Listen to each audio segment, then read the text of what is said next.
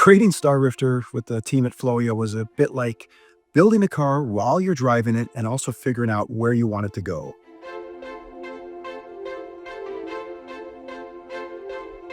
After working at Pixar and ILM for many years, I knew I wanted a combination of something that was like Star Wars meets a Pixar movie. I wanted comedy, heart, action, adventure, and of course, a cute little alien sidekick.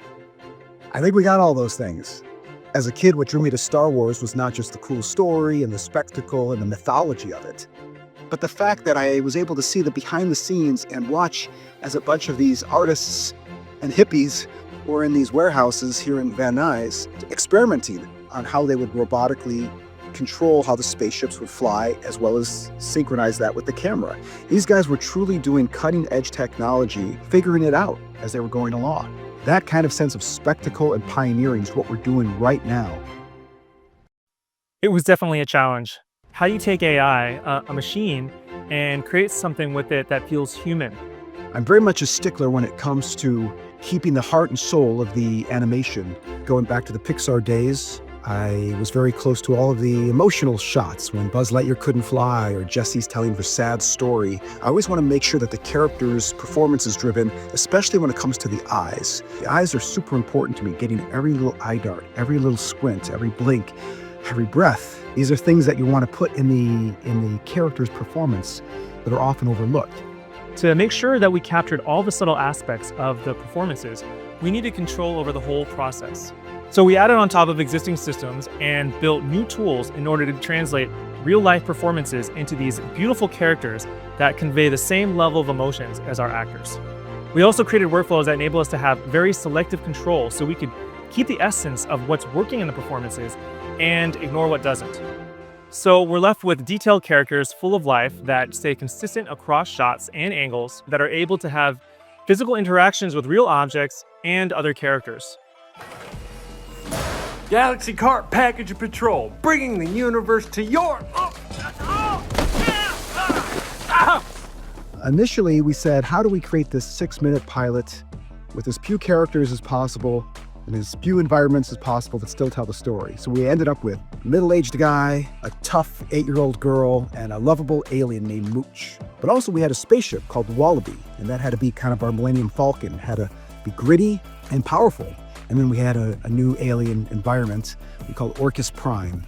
And in this environment, it's kind of a bit of a truck stop mixed with an old abandoned military site on a deserted Arizona-like alien planet.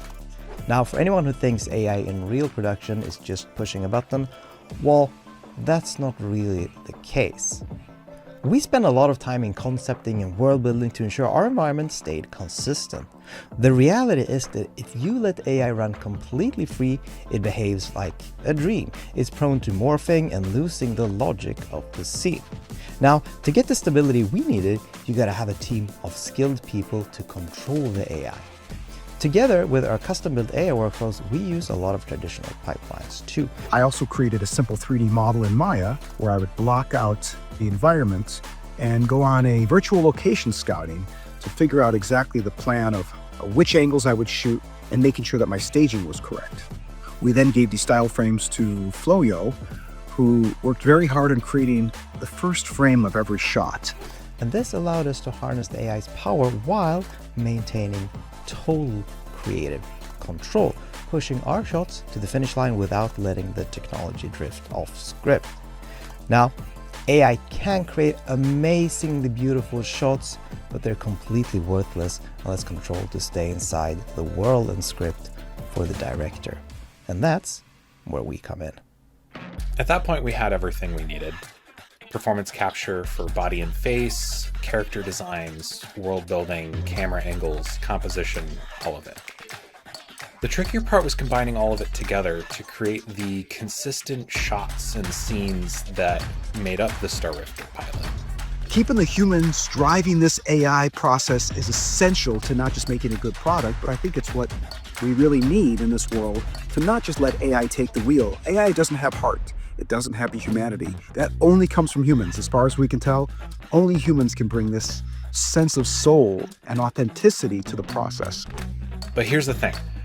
Even with all that control, sometimes it was nice to step back and let AI generate something random.